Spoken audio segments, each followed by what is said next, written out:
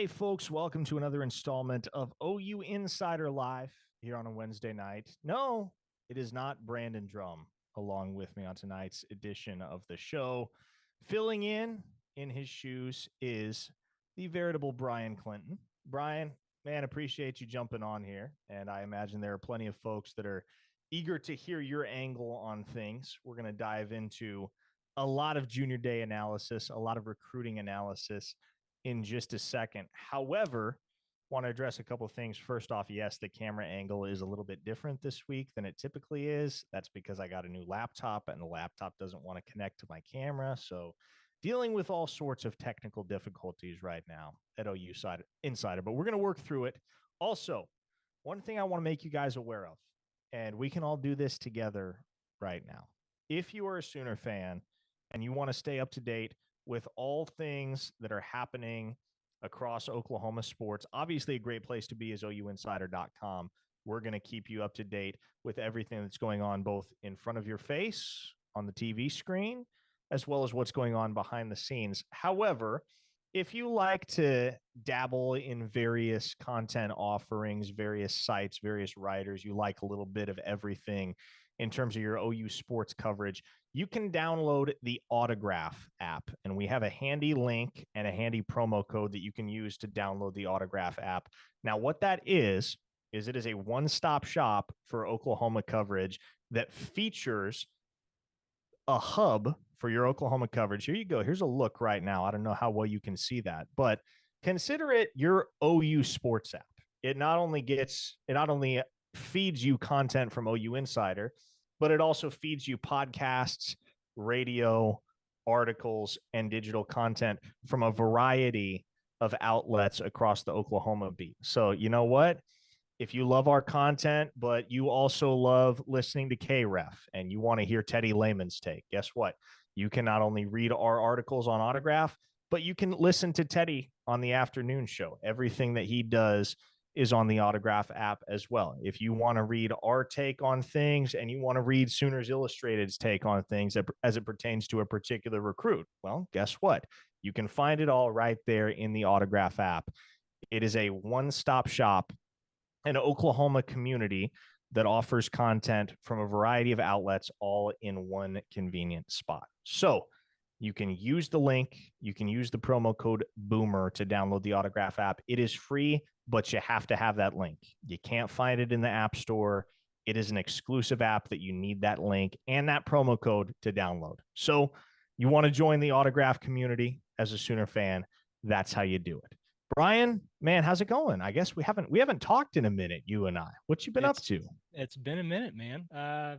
Diving into some of this off-season stuff, lots of changes, trying to keep up with portal and coaching carousel, and softball's coming next week. It's just rolling, man. Just staying busy.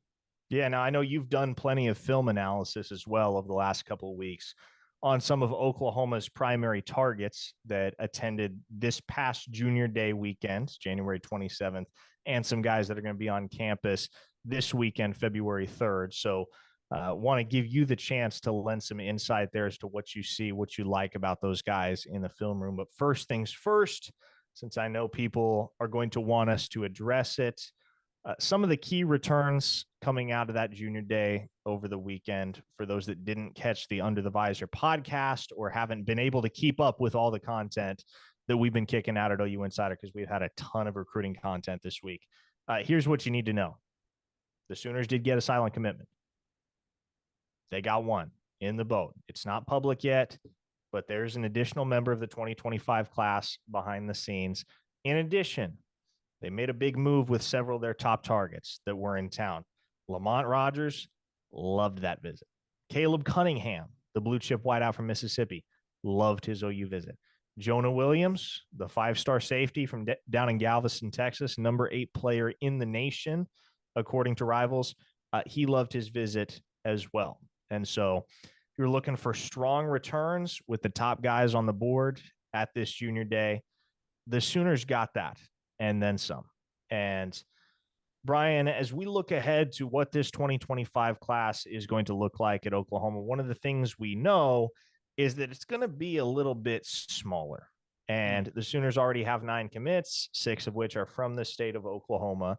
They're going to have to be pretty scrupulous with who they take, who they prioritize from here on out, because I estimate that this class will be anywhere from 20 to 22 total commits, which means you have 11 to 13 spots left. That probably means you're saying no to some guys. And so, Brian, I want to give you the floor here because I know you did, as I mentioned, a ton of film study, ton of research on the huddle side, just watching these guys, seeing what they bring to the table. With your eye for the game, based on what you saw, who are some of the guys that Oklahoma is, or I guess would fall under the category of target that you think need to be an A1 priority for this football program? I mean, Jonah Williams is the easy answer, right? Like, we could just get that out of the way really quick. He is 100% worthy of that top 10 rating that he's gotten nationally. I mean, absolutely crazy athlete. I likened him to Patrick Surtain, who obviously is playing for the Denver Broncos now, but ended up playing corner at Alabama. They just look really similar on film in high school. They glide kind of effortlessly faster than everybody else on the field, but also bigger. So like it just, it kind of pops on film. So that was a guy, but there were two guys defensively, a little closer to the line of scrimmage that really stuck out for me. Max Granville was one of them. That guy is aggressive. He is physical. He does a great job at the point of attack. Got lots of notes on him on the piece that we did, but I think something that you'll notice with this class and going forward is a big emphasis on what Brent Venables and his staff are looking for is length and frame, a projectable frame that they can add some weight onto. They want athleticism first, or at least that's what I noticed with this last group of targets. And so that's definitely one of them. And he looked fantastic on film. Really liked him. And another guy, Cole Breeler. Like, I don't know how the guy's a 3-star right now, but his film is amazing.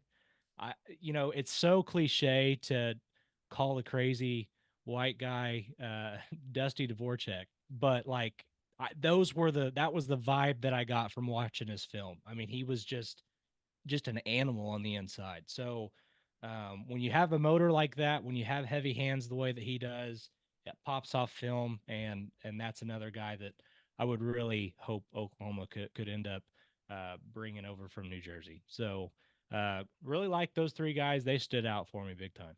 Yeah. Now, as far as the running back conversation is concerned, obviously this junior day, another guy that Oklahoma made very big strides with, and that Brandon Drum and I ended up both putting future casts in for, is Torrey Blaylock, son of former NFL running back Derek Blaylock, who played for the New York Jets and the Kansas City Chiefs back in the day, back in the early 2000s.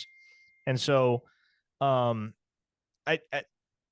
the reality of the situation is that Oklahoma is only recruiting for one running back spot, at least one scholarship running back spot in the 2025 class.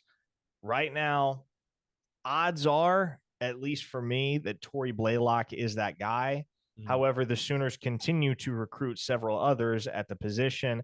Michael Turner Jr. is a maybe for this weekend.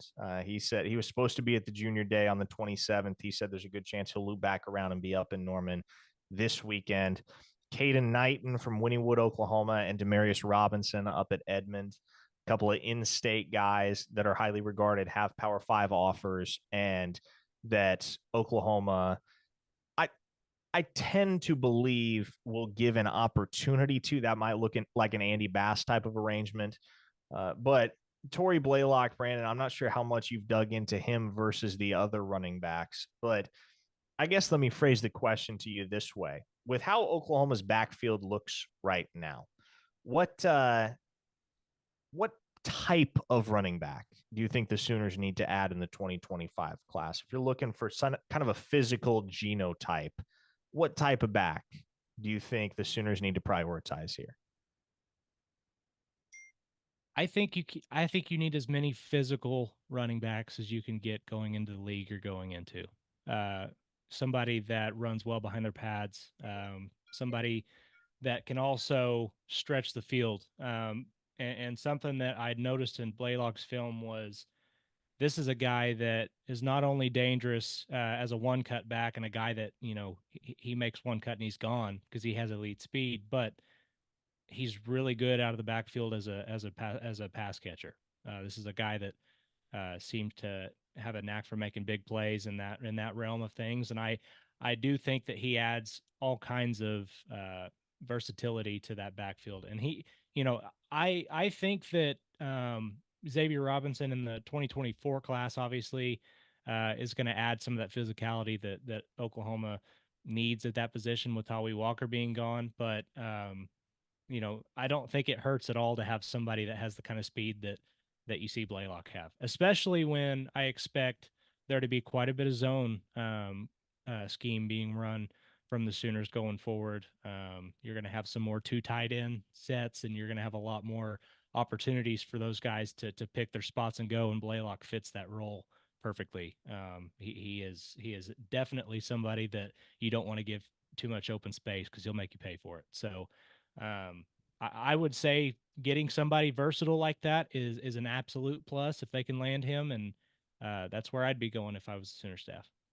Now you're an offensive line guy by trade, Brian, and some of the things that you were mentioning right there with regard to the backfield kind of lead right into an expanded conversation about this offensive line heading into 2024. Obviously, an area of concern, at least relative to some of the other positions across the board for Oklahoma, just because you don't necessarily know what you're going to get. The Sooners are replacing all 5 starters. Nobody coming back that was a critical part of that rotation, save for Jacob Sexton, who made a few starts at tackle in relief of Tyler Guyton, who, by the way, is having himself a week at the Senior Bowl and definitely solidifying his status as a first-round pick as we speak.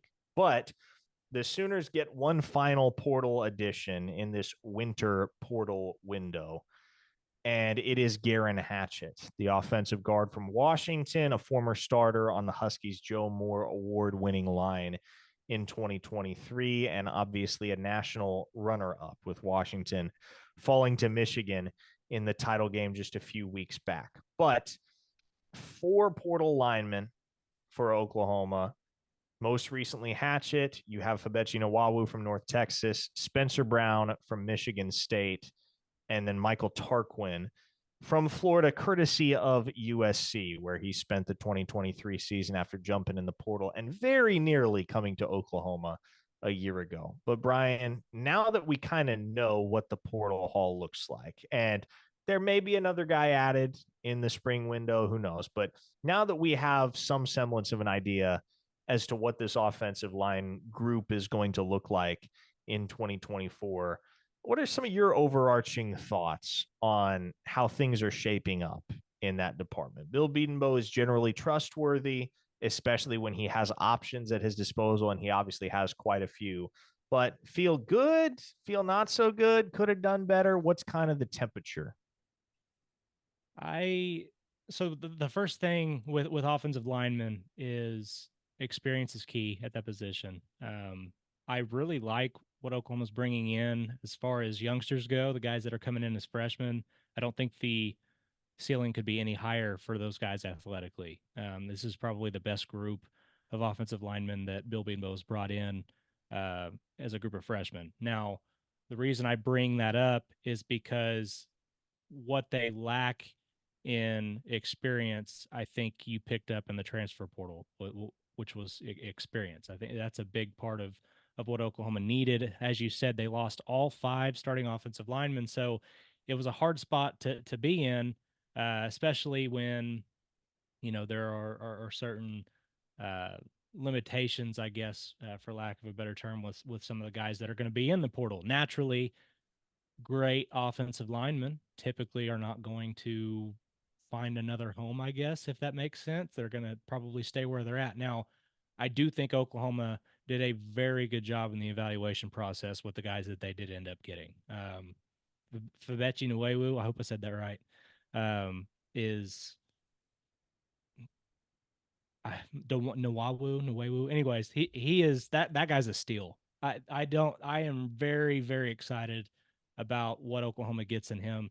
This is a guy that I think could absolutely be a mauler, a legit nasty guard in the SEC. Really like what he brings to the table. What you get in Garrett Hatchett is somebody that is probably a better pass blocker than he is a run blocker right now, which that's fine. We probably need to see him develop a little bit more as a run blocker, but that's not a problem. I think the big thing that you take away from this is the best developmental offensive lineman or offensive coach in the country is Bill Bedenbaugh. There's a reason why offensive linemen from Oklahoma are at a premium uh, going into the NFL.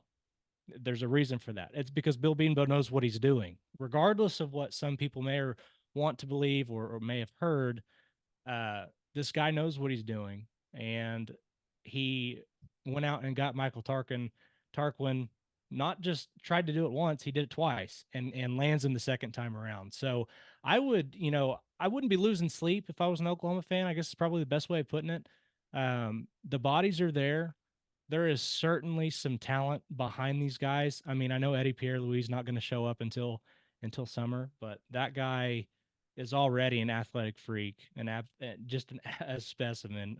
The things that guy can do already are nuts. So I feel good about the group. I feel good about where they're at. No, it's not going to be a dominant group out the gate, I don't believe, but how often do we say, as long as they have it together by the Texas game, they'll be fine? I think that's going to be the sentiment again, and I'll be feeling. I'm sure I'll be feeling just fine about them by that point. So I put a piece out on OU Insider today that kind of outlined the rankings discrepancies for each of the Sooners' 28 signees, 27 scholarship dudes plus Andy Bass, because you can't admit Andy Bass, across the 4 recruiting services. And it's super, super interesting because to kind of flesh out your point there about Eddie Pierre-Louis, it is astonishing how much higher Rivals has him ranked than every other service.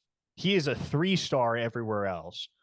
The national scouting team at Rivals has him. They have him ranked as the number 1 offensive guard in the country, and they have him ranked the number 33 overall player, right on the cusp of 5-star territory. Brian. So what I hear you saying is that you tend to buy the hype on Eddie Pierre-Louis, and you lead more in the direction of Rivals nailing that eval more so than the other 3. I kind of starting to believe that Rivals may have been the only group to go out and watch him in person. I mean, I don't know what else. I don't know what else what the reasoning would be. I mean, his film is very good. He moves. Guys that big don't move like that, No, they especially don't. not out of high school. The crazy thing is, and what I think a lot of people seem to not understand is a lot of times guys that are that big that move that well in the NFL, it's because they've been in years and years of strength and conditioning programs at Division 1 level and then at the NFL level. I mean, Trent Williams didn't move the way that he does in the NFL now. Back whenever he was in high school, there were some things that he could do. I guess what I'm getting at is he has tendencies and traits that I don't understand how you would rank him as the 72nd best offensive lineman. Whatever number you give him, that's a tough eval. I think he's worthy, absolutely worthy of 33, of number 33 overall ranking, and certainly one of the better interior offensive linemen in this class.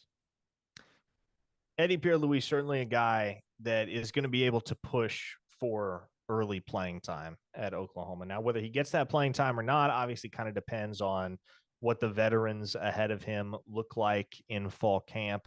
Bill Bedenbaugh has shown a preference in the past to give experience the nod when there is a tight battle. I mean, the list of true freshmen that have played meaningful snaps for Bedenbaugh is a pretty short, pretty exclusive list over the years. Doesn't even include Creed Humphrey. Caden Green, most recently, Anton Harrison back in 2020, Drew Samia back in 2015, I want to say. And that's about it. It is a very, very short list. But Pierre-Louis, certainly a guy that is regarded as somebody that can come in and push for playing time as is BJ Brooks, who Mm.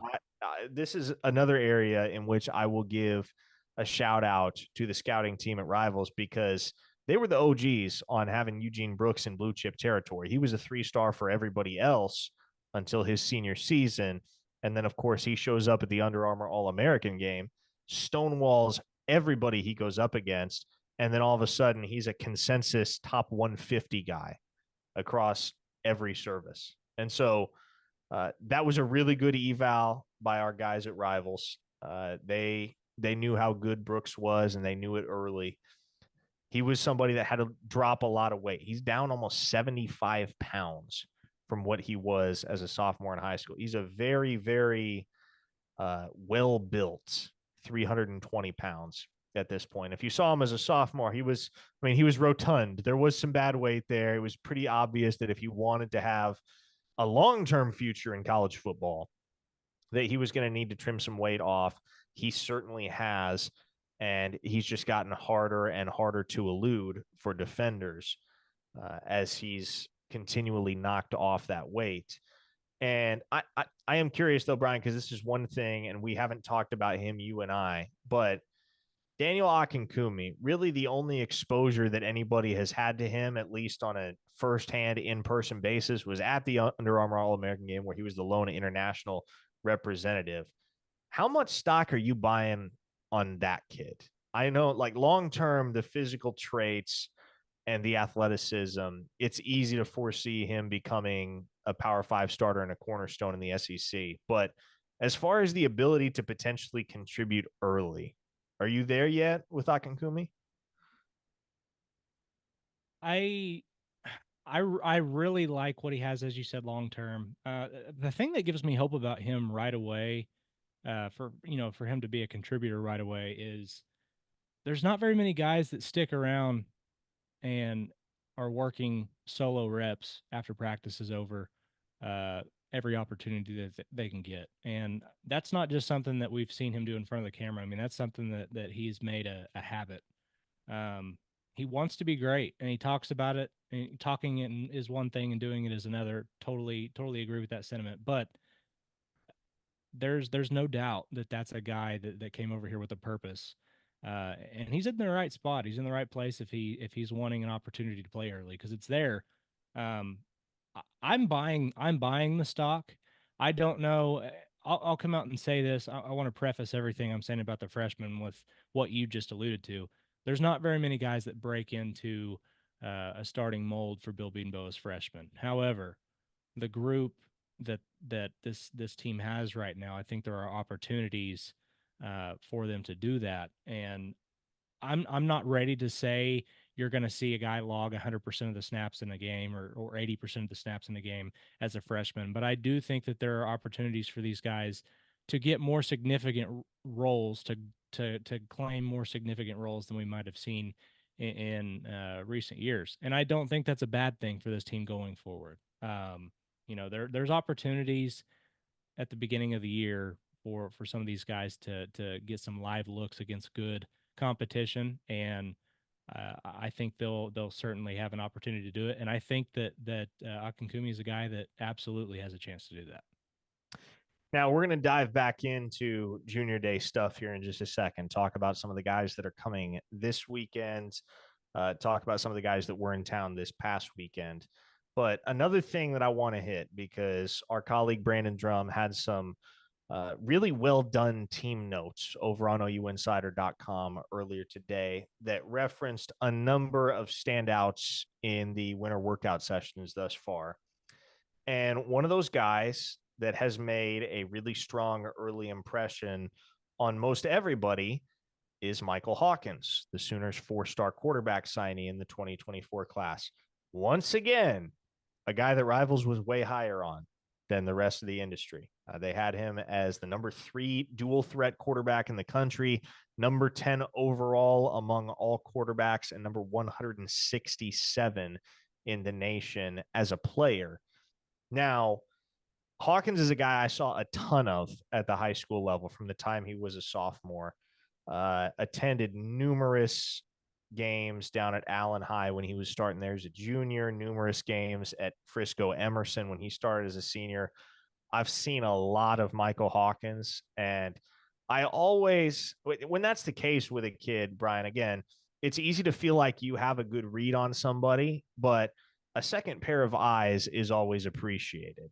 And so I am not shocked to know that Michael Hawkins is turning heads early in the process at Oklahoma. He's only been on campus for 3 weeks, but most everybody has acknowledged, okay, like that's a dude that's going to have some staying power. He's going to be able to play in the Crimson Cream at a very high level. But what have you seen from Michael Hawkins? And especially within the context of Seth Luttrell's offense, which I know you've done some study on over on a YouTube channel for subscribers.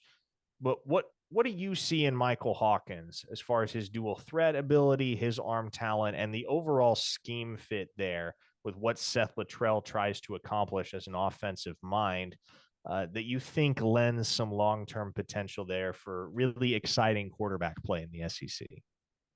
So something that we'll see a lot of with Seth Luttrell at the controls is you're going to see a lot of vertical attacks when the opportunities present themselves. And from everything that I've seen, Hawkins has the ability to put the ball out there, and he's not afraid to do that. I do like the combination of those two at quarterback for as far as the future goes for Oklahoma. I don't know that there's a young duo that I would like more in the country, to be completely honest, than Jackson Arnold and Michael Hawkins as far as what things project going forward. That's elite. That's very, very good. And something else that needs to be noted: the dual threat part of Michael Hawkins' game is something I'm not going to call it that gets put on the back burner, but it does feel like both of these guys are absolutely threats with their legs. But their arms are as good as they are. It seems to be a secondary thought for some people, and I don't see a world where Hawkins or Jackson Arnold are not having major success on the ground as ball carriers in spots. Obviously going into the league that they're going into, you want to limit the amount of hits that guys are taking.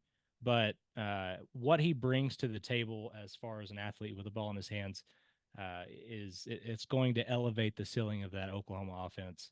And the other thing I think it does, it pushes Jackson in practice. I mean, yes, Casey Thompson's in there, and will be the guy that's the cerebral part of that of that quarterback room that brings the experience and things like that. But having a young, hungry guy like Jackson himself right behind him, pushing him the entire way. I think those two guys feeding off of each other in practice and on the field is just going to be good for them overall. Really like what both of them bring, and don't count out don't count out Hawkins. I'm not gonna come out and say that this isn't Jackson Arnold's team. I think we all understand that it is for the time being, but that's a guy that if he needs to be put into a spot, would not surprise me one bit if he goes out there and absolutely balls out. Yeah, and I will say this: there's a third guy in the mix that I think kind of gets lost in all the hype, very deserved hype for Arnold and Hawkins, and that obviously is Brendan Zurbrugg, the other incoming freshman at quarterback for Oklahoma. And I just got a feeling about that kid. I don't know how far into the future it is, but I do feel there's going to come a point in time where the Sooners need him. And I love what he brings to the table. He's not as physically gifted as a runner as either Arnold or Hawkins, but a guy with a ton of mobility. He won a state championship in Ohio, two state championships, I believe, in the hurdles. So he's athletic. He's got some arm talent, not quite as much zip as Arnold or Hawkins, but he's a guy that's going to come in, work his tail off, get himself better every single day, make guys around him better every single day. And that's really, those are the qualities you have to have when you take two quarterbacks in a class and you have to bring one guy in with the expectation that, hey, there's a good chance that unless you really go and seize the day every single day, you will never play a meaningful snap. I mean, Brendan Zurbrugg kind of has to have that understanding coming in, and had to have had that understanding when he committed to Oklahoma. Hey, like, if you want to play here, you want to be the starter here down the line, it's on you. It's on you to go make that happen. And always have loved his mentality. One of the things he said in the commitment interview that I did with him all the way back at the end of July was, hey, look, I'm going to face competition anywhere I go. That's not something I can worry about. I have to trust in my game and my work ethic and control what I can control. And so, again, I think there's going to come a point in time. It might be a year from now. It might be 4 years from now where the Sooners need Brendan Zurbrugg to take the reins. And I think he's going to be ready. So I don't want him to get lost in all of the hype for Jackson Arnold and Michael Hawkins, although those two dudes deserve all the hype they get. No question about it. And you got Casey Thompson in that quarterback room in 2024 too. And I think he'll be very valuable, if for no other reason than he's going to bring an extra set of eyes to the film room. He's going to bring a ton of experience into the meeting room, a different perspective, a more seasoned perspective. And I think getting Casey Thompson, especially without using a scholarship to do so, that was a coup for Oklahoma. And yeah, I think that kind of gets undersold on how big of a get that was, especially as you just mentioned for what they got him for. You're not going to go out and find a more experienced quarterback at the college level that's willing to come in knowingly not competing for a starting job per se right out the gate. You're not going to find a guy out there like that with that much experience. The value in that pickup is undersold. It's a huge get. By the way, if you have a question, throw it at us in the chat. If you want to make absolutely certain your question gets answered, make it a super chat, throw in $1 or $2, because we make it a point on this show to answer every single super chat. We try to get to as many questions as we can in the chat. There are no promises necessarily because we've got an hour window. There's a lot of interaction. So a lot of folks in the comments are saying what I would have expected them to be saying, which is there's this lingering criticism of Michael Hawkins' game, and it's kind of gone by the wayside after the senior year that he had, understandably so. I mean, he accounted for 55 touchdowns and only turned the ball over 4 times. But the thing with Hawkins for the longest time was that throwing motion, because it is a little bit unorthodox. It's a little bit that shot put ish, kind of throws from the ear. And it's a really pretty ball. It's a ball that never wobbles, man. He throws such a gorgeous spiral. But the throwing motion has been a turnoff for some folks. And I don't know, Brian, you give me your perspective on this. A kid like that comes in and maybe his throwing motion is a little bit unorthodox, but it works. Are mechanics something that you try to coach a kid on if it's working for him, or do you just come to the conclusion that, okay, if it works, we're not going to mess with it? I think if production is an issue, you probably mess with it. If it's not an issue and he continues to show that what he's doing is working, don't mess with the mojo. If it's not broke, don't fix it. Maybe that makes me old fashioned, but I think if it isn't broke, there's no reason to mess with it. He's a football player, man. Like he's a football player, and I think that in and of itself has value. And the throwing motion, yes, I can see why.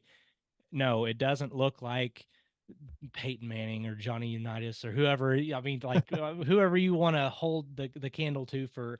It doesn't look that way, but it certainly works. And as you said, he throws a beautiful football. So velocity and things like that aren't an issue. I don't think there's any reason to mess with it too much. You can tweak some of those things, and maybe there's a little bit of a change of angle or something that he needs to work on that would maybe elevate the velocity he's able to put on the ball. But I don't think you're going to see him absolutely just change what he's been doing for the entirety of his career to this point. Yeah. Now let's swing back and focus on recruiting once again. Let's talk about some of these visitors that are expected on campus this weekend. Obviously, Cooper Perry, the 4-star wide receiver from Arizona, has publicly confirmed that he will be in Norman.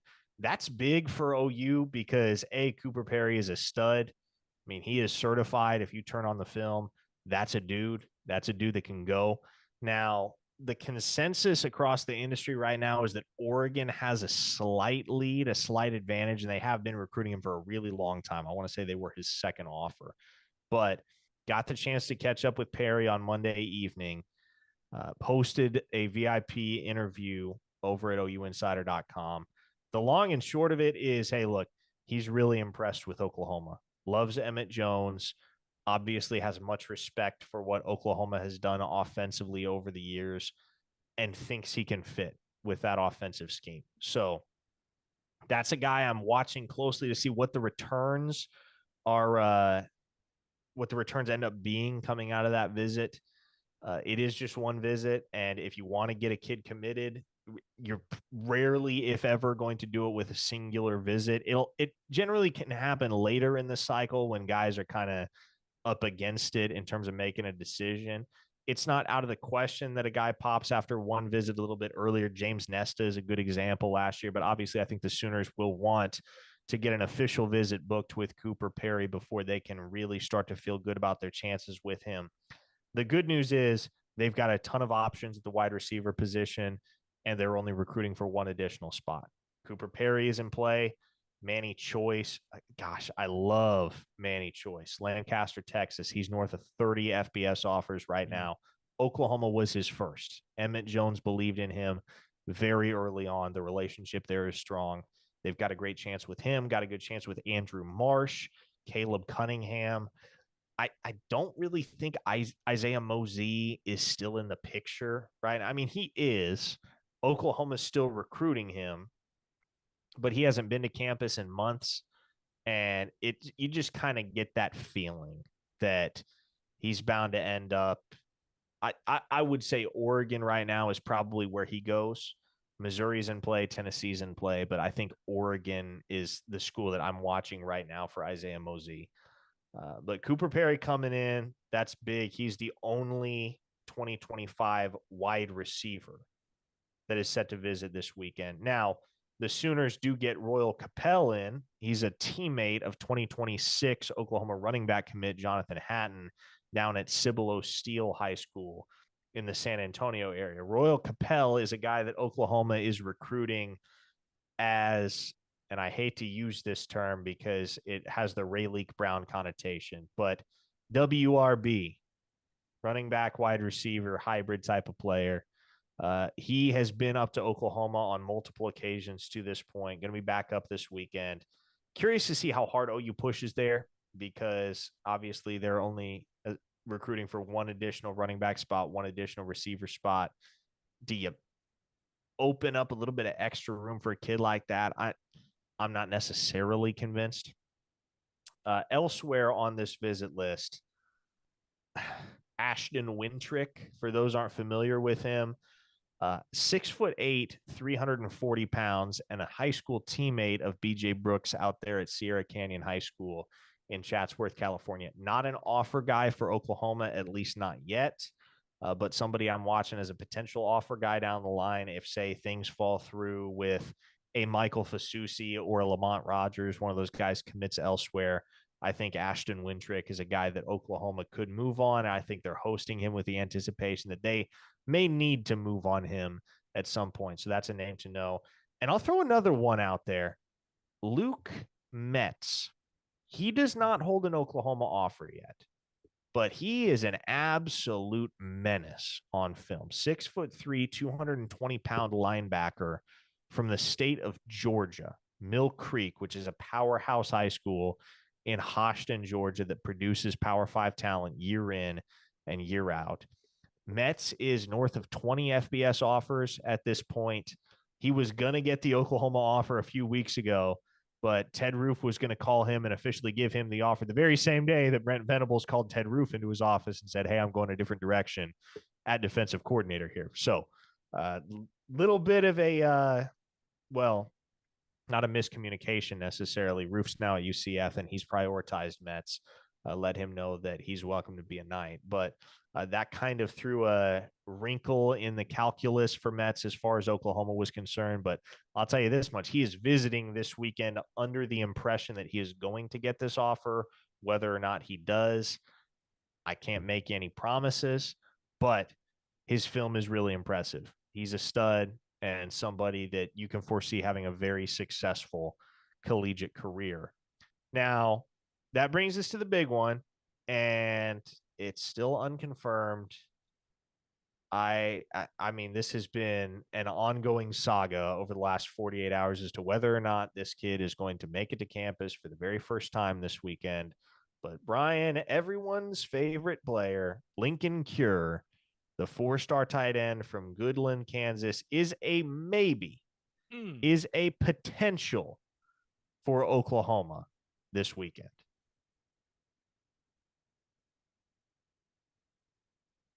It would be really good. It would be fantastic if they could get him on campus. I mean, I remember the first time that his name was mentioned by uh, the guy I'm sharing the screen with here. First person to mention him to me, and that's that's a one of one, I guess, is probably the best way of putting it. There's not very many guys out there walking the planet that can do some of the things that he can. So, yeah, I don't even know what else to say on that. Man, he is a fun watch, and he went down to the Battle Miami 7-on-7 tournament this past weekend, just dominated, opened a ton of eyes. Like, he's already considered a consensus top 100 player in the country. I would be surprised if he is not a 5-star by the end of the cycle, because they just don't make dudes like that. And it's not hard to see when you turn on the tape. Yeah, he plays small school competition out there in Western Kansas.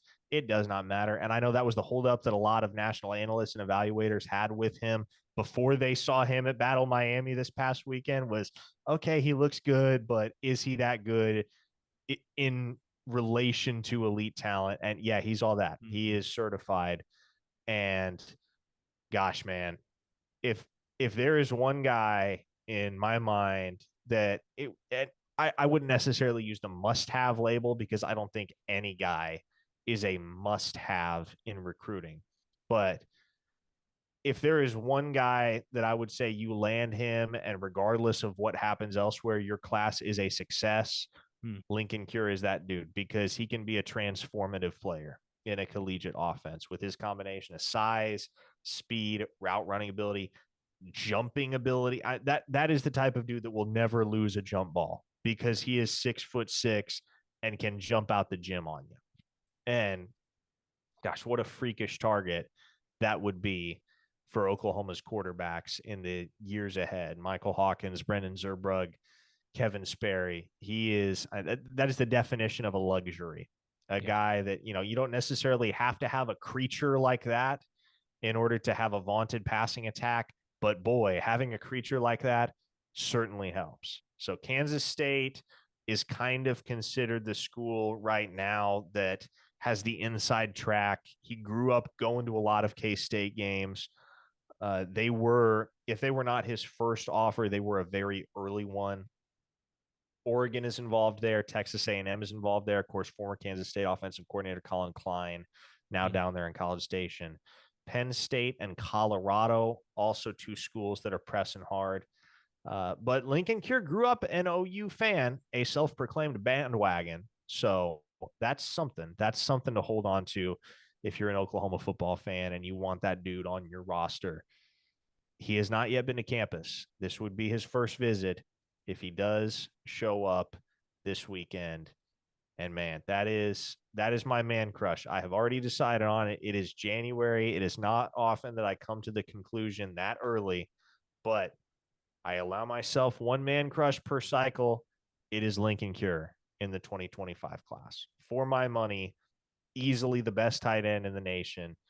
And that's saying a lot, because this is a really good class of tight ends, Brian. Yeah. I mean, Nate Roberts is a stud. Deson Brame is a stud. Another guy on the Sooners offer list, Chase Lofton. I don't think he has finished his upward march in the rankings. He's currently, I want to say, in the industry composite, the number 18 tight end nationally. So the Sooners have options, which again, that's the reason they don't necessarily have to have Lincoln Kure. but you said it, man, one of one. And if you can land a guy that's one of one, man, what a banner addition that would be for Oklahoma and their tight end room. And to think that the number one class or the number one tight end in the 2025 class for the longest time was Devon Mitchell, Ryan. So that could have just been icing on the cake in that group. Yeah. No, and I see a couple of people asking, would OU take 2 tight ends or I could, 3 tight ends. I think that's one of those guys that if he says he wants to come to Oklahoma, they're going to find a way to get him there. Like that's a guy that you don't, I mean, it doesn't matter what the position room looks like. He's, and I find it hard to even call him a tight end. Like he's just he's a wide receiver, but I don't know. He's a sizable wide receiver. The guy, he's just, as we just said, 1-on-1. Yeah, and it was funny. A while back, I had a conversation with a source in the Switzer Center. I called this person up, and we had not discussed Lincoln Kure yet, and I realized that I had not discussed Lincoln Kure with this person yet. I called and I was like, "Hey, what are your thoughts on Lincoln Kure? Just like, tell me your honest opinion without missing a beat." This source goes, "He's an NFL player.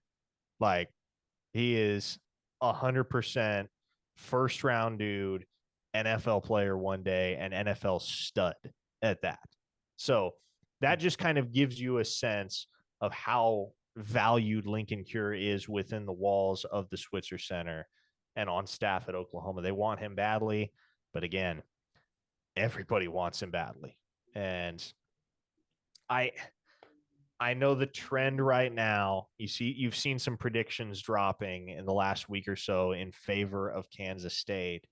And Brian, my thought on that is the kid's just too dang good to go to Kansas State, isn't he? Like, and that's no knock on Kansas State, but man, dude's that good, dude's that special. They don't go to Kansas State. They don't go to places like that. No, I like. I mean, Avery Johnson out there is going to be a. I remember saying this to somebody the other day. Some of the issues that Oklahoma's had with Kansas State over the years, I'm really glad they don't have to put up with Avery Johnson on a week on a yearly basis. So yeah, he's going to be a problem. That I don't know. Maybe things are changing over there. Chris Kleiman's certainly doing a good job up there. So, I mean, more power to him if they can land him. But they're going to have to fight tooth and nail against everybody else in the country to keep him home. Jacob Matthews in the super chat asks, like Stone this year, do we have a top tier 5-star that looks good for us to get in the 25 class? Well, yes. The answer is Jonah Williams, the number 8 player in the nation in the Rivals 2025 player rankings. And the Sooners are going to have to fight a pretty tenacious battle to win the battle for his pledge. But they've got a good chance of doing so. Make no mistake. They're in good with Jonah Williams. They were early to the table in offering him. He was there at Junior Day this past weekend when he could have been a lot of other places, and a lot of other places much closer to home at that. It stands out when a kid from 7.5 hours away comes to your campus that many times in the span of a year. And since Jonah Williams picked up the Oklahoma offer just about a year ago, I want to say he has been to campus 5-6 times. It's been a lot of visits. Now, Blyberg in the chat is spamming us. Apparently, Lincoln Kure is leaning to Notre Dame, according to Blyberg. I'm sure Tom Moy put that in. But yeah, no. So Lincoln Kure is a Catholic kid. I know that. I don't know that Notre Dame has offered yet, which is weird to me. I mean, that's just now occurring to me. But I was like, has Notre Dame actually offered that kid? It would make a lot of sense. Because again, Catholic kid, tight end. Notre Dame is one of those schools that can lay claim to tight end you. It's a bit subjective there, but they've objectively developed tight ends really, really well over the years. And so, yeah, it would stand to reason that if Notre Dame got involved heavily there, they'd be a pretty tough school to contend with. But again, I unless I just completely missed it, I don't think they have offered. So we'll see. Where was I going to go? I was going to turn the page to something there, Brian. We And were I don't talking remember tight what it ends, was. if that helps. Talking tight ends. We were also talking Jonah Williams. And then, here we go. Here's another question from Jacob Matthews. As someone who's uninformed, who is a better prospect, Peyton Bowen or Jonah Williams? What do you think, Brian? What's your take on that? Oh, that's tough. That's a really good question. I think it probably depends on what you need, but I guess as far as more likely to get to the NFL, well, I don't know. I think that's a toss up. I don't think you could lose either way. I think I would probably lean Jonah Williams just simply for the fact that he might be the best athlete in this class. I hope I'm not too like far off base there. I haven't looked at it. I'm not going to pretend that I've looked at everybody in this class, but I would just guess by the rarity of what I saw with him on film. There's probably not very many guys out there that come into college at 6'3", 200 pounds and move the way that he can. So I would probably lean Jonah Williams in that situation, but that's no slight to what Peyton Bowen brings to the table because I absolutely believe he's going to be one of the best safeties in college football. Yeah. Now, as several viewers in the chat have pointed out, Notre Dame has offered Lincoln Kure all the way back in October. So they are on the offer sheet for Kure. With regard to that question, Jacob, I think it kind of depends. Well, it depends on a lot of things. But I'm torn with that because I think pretty objectively the higher ceiling guy is Jonah Williams, just based on the physique and the athletic tools. But there's a certain quality to Peyton Bowen's play that just sets him apart, that makes him different. And it's tough to even quantify, but you saw it when he was a freshman at Oklahoma this past season. Even that early on in his collegiate career, even still being a little bit physically underdeveloped, he just has a knack for being in the right place at the right time. And again, it's hard to even quantify where that comes from or what you chalk that up to. But the way that I have always phrased it with regard to Peyton Bowen is it seems like he's just playing football on a different level of difficulty than everybody else. It's like everybody else is playing ball at all Madden and he's sitting there at rookie difficulty, just making stuff happen. Obviously, there's not that big of a gap between him and the competition in the Power Five as there was at the high school level in that department. But you see it in things like the blocked punts against Arkansas State and against SMU. I believe it was those two games where he blocked the punts. He just knows where to be on the football field, man. And it's instinct. That's what it is. He plays very instinctual football, and instincts it's just one of those things you can't really teach it, right? Because instinct is what it is, and it's instinctual. So that's what I love about Peyton Bowen. It's what makes him such a fun watch is the fact that everything just looks so easy for that guy. So in the here and now, I would give Peyton Bowen the nod. I would say if you're projecting ahead to what those guys can be in the NFL, and that's maybe the line I would draw in the sand, I'd say Peyton Bowen probably has the potential to be a better college player, and Jonah Williams long term has the potential to be a better NFL player. MES in the chat says, really thought Jaden Rowe would be a Jonah Williams type of prospect. And yeah, that's another guy that faces a really big spring coming up. And that's something that no doubt we'll dive into over the month and a half to come before spring ball kicks back into gear in March. But there are some guys on this roster, Brian, that especially with the scholarship surplus that Oklahoma has right now. I mean, they got 91 guys on scholarship. You got to, by hook or by crook, get that down to 85 by the time the season rolls around. There are some guys who are going to have to put it together this spring, or they're going to get kicked to the curb. I mean, that's the harsh reality. It happens in college football these days. This is the new normal. Guys that can't cut it are on their way out, and that's just how it goes. And a player like Jaden Rowe, and I'm not necessarily specifically referring to Jaden Rowe, but guys like that who have been at Oklahoma for multiple years and have yet to really make a tangible impact, it's those types of dudes for whom spring looms all the larger because there's something at stake. And what's at stake may be their spot on the roster. Yep. Yeah, another guy. I believe I talked with Jesse about this a couple of weeks ago on the Oklahoma Drill podcast. Shameless plug there. We talked about Javonte Barnes needing to have a huge spring.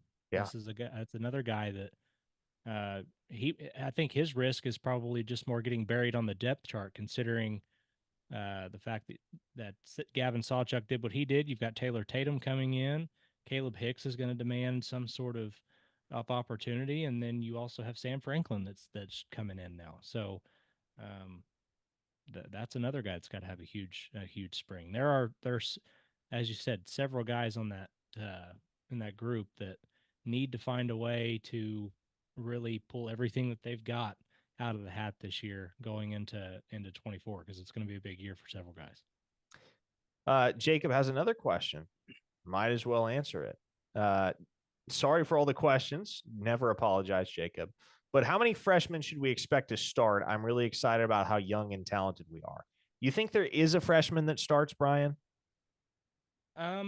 So I don't like using the term starter in some positions, because I do think there's some spots on the field where a starter may not even see the most snaps, if that makes sense. Like, a guy that may start the first series may not see the most snaps in a game. So, become a significant contributor. Yes, I think Jaden Jackson and David Stone are both going to play huge roles for Oklahoma next year. Now, are they going to be the first guys to trot out there? Probably not, but I do see a situation where those guys are getting maybe the lion's share of snaps in certain games, especially if they continue to improve and show what they've already shown. But those would be two guys right off the cuff that I would say at least get an opportunity. Yeah, and I that's where I start, or that's where I would start as well. Is you got to focus on that defensive tackle room because of how, and maybe shallow isn't the right word, because I think there is a multiplicity of expected contributors there between Jacob Lacey and Ashton Sanders and Grayson Halton, in addition to a returning starter in Dejon Terry. You throw Jaden Jackson and David Stone into that mix. You give Marcus Strong an extra offseason to get better. And the pieces are there, but the point remains, David Stone and Jaden Jackson are both going to have a huge opportunity to have an impact for this Oklahoma defense in 2024. And I don't think it's out of the question that Stone in particular ends up starting by the end of the season. John Schlegel asks, who is the best interior defensive lineman we're likely to land for 2025? Well, to answer that question, John, I would say first off, do not look past your lone current commit on the defensive line, interior defensive line, that is, in Kamari Moore, because that is a war daddy. And he's not huge, 6 foot, maybe 6'1" on a good day, but he is hell to try and block. Man, that motor runs nonstop. He's disruptive. He's strong. He's wide. He's nimble. All the qualities you look for in a big-time defensive tackle, Kamari Moore has them. And it's not as if we have never seen a defensive tackle that is shorter than average have great success, right? John Randall was 5'11", ended up in the NFL Hall of Fame. Kelly Gregg was 5'11", had an outstanding career at Oklahoma, ended up having a long and decorated career in the NFL. So if you can raise hell on the interior, you can play ball for a long time. I think Kamari Moore has those qualities. Another guy that Brian mentioned earlier that I really, really like on film is Cole Breeler from New Jersey. I think Oklahoma has a great shot there. And I will throw one more name at you. He has yet to visit Oklahoma, but he's coming in March. And I will say there is a lot of confidence right now on the OU end that they can make a serious run for this kid's pledge. That is Trent Wilson, the 4-star defensive tackle, number 11 defensive tackle in the nation from Upper Marlboro, Maryland. He attends the same high school that Jalil Farouk graduated from. So there's a fun little OU connection, and he is a dang good football player. High motor dude, a little bit undersized right now, but easy dude to put bulk on. He's got a frame that is more than capable of adding additional mass. And we'll see. He's got other big time heavy hitters in the mix for his commitment, including Ohio State, Tennessee, Florida State, and others. But there's a quiet optimism right now on the OU side that they're going to make a run at this kid, and they may very well end up with his pledge. So we'll see what becomes of that. All right, we are at an hour. We're going to wrap up here. But before we do, again, folks, for those that weren't with us at the beginning, if you have not yet downloaded the Autograph app, if you are a Sooner fan, Autograph is a one-stop app where you not only get OU insider content, but you get content from a variety of outlets that offer you Sooner sports coverage all in the same place. It is not a publicly available app. It is free to download, but it's not publicly available. In the link, or I'm sorry, in the description of this video, you will find a link. You will find a promo code. You click that link, you enter the promo code, you'll be able to download the Autograph app and access the Oklahoma Sooners community on the app. You will see OU Insiders content, the free content that is. You will see OU Insider podcasts. It'll all be there on the Autograph app, in addition to content from KREF, the Oklahoma Breakdown with Teddy Lehman and Gabe Eichert, Locked On Sooners. There's a multiplicity of different outlets content available to you, the Sooner fan, if you download the Autograph app. So go ahead, use the link and use the promo code in the description. Jump on board. If you aren't subscribed at OUinsider.com, especially if you want to know all of what's going on behind the scenes in recruiting, there's been a ton of recruiting content this week over at OUinsider.com, and a ton of exclusive recruiting content, exclusive interviews, intel, sourced information. It's all there for members for just a little bit more than $8 a month, which in the grand scheme of things, not that much. I promise you, you stick around long enough, you stick around for more than a month, you're going to realize you're getting your money's worth and then some. So come join the party over at OUinsider.com. Grab an annual subscription. It'll cost you $8.33 a month. And folks, we will make it worth your while. For Brian Clinton, I'm Parker Thune. Thanks so much for coming along with us on this installment of OU Insider Live. We'll see you next Wednesday. Take care, everybody.